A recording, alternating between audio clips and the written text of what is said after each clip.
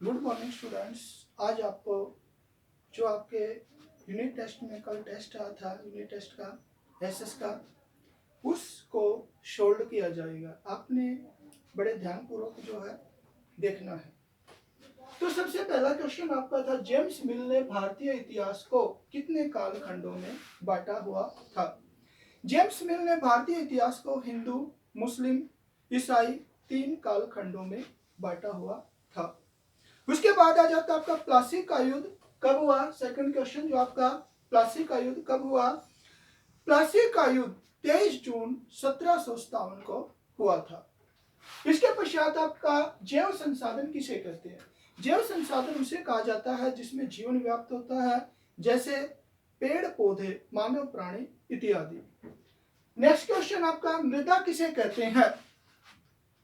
मृदा पृथ्वी के भूपृष्ठ पर दानेदार कणों के आवरण की पतली परत को मृदा कहा जाता है। 1 नंबर में आपने इतना ही लिखना है, कंप्लीट वर्णन करने की कोई जरूरत नहीं है।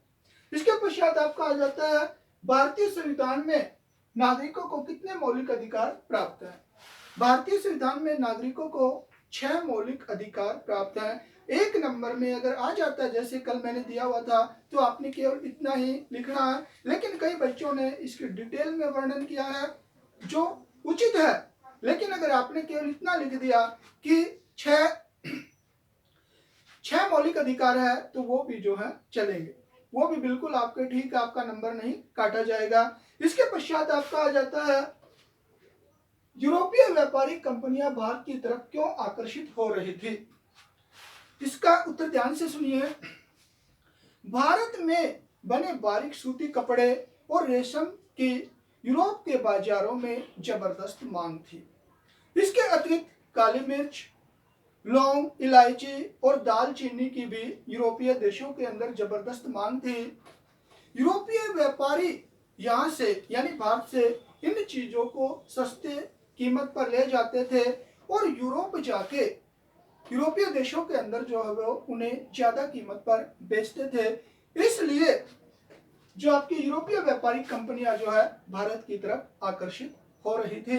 इसके बाद आपका श्रम व्यापक और स्थानिक संसाधन में अंतर बताइए। श्रम व्यापक संसाधन वे संसाधन होते हैं जो सभी जगह पाए जाते हैं, जैसे वायु जिसमें हम सांस लेते हैं, श्रम व्यापक संसाधन कहलाते हैं। इसी तरह स्थानिक संसाधन वे संसाधन होते हैं जो कुछ निश्चित स्थानों पर ही पाए जाते हैं, जैसे धातुएं, लोहा, सोना, चांदी इत्यादि। ये जो है स्थानिक संसाधन के अंतर्गत आते हैं।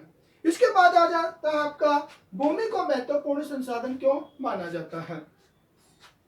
तो कई रीजन है जिसकी वजह से भूमि को महत्वपूर्ण संसाधन माना जाता है। जैसे भवन निर्माण करने के लिए हमें भूमि की आवश्यकता पड़ती है। अगर भूमि नहीं होगी तो हम भवन निर्माण नहीं कर सकता। तो सबसे पहला है भवन निर्माण करने के लिए। सेकंड है कृषि करने के लिए, यानी खेती बाड़ी करने के लिए भी भूमि की आवश्यकता पड़ती है, इसलिए भी ये महत्वपूर्ण है। खनन किया जा सकता है, भूमि पर खनन किया जा सकता है, यानी कि खान खोद के विभिन्न प्रकार के जो है पदार्थ हम भूमि के अंदर से निकाल सकते हैं। इसके बाद आपका है, सड़कों और उद्योगों की स्थापना करने के लिए भी भूमि की आवश्यकता पड़ती है। इसके साथ साथ मनुष्य अपनी 95% जो आवश्यकताएं हैं वो भूमि से ही पूरी करता है, इसलिए भूमि को महत्वपूर्ण संसाधन माना जाता है। इसके बाद आपका है, अगर निर्वाचित प्रतिनिधियों की शक्ति पर अंकुश न होता तो क्या होता। तो ध्यान से सुनना आपने। देखिए, लोकतांत्रिक व्यवस्था वाले देशों में शासन जनता के निर्वाचित प्रतिनिधियों के द्वारा चलाया जाता है।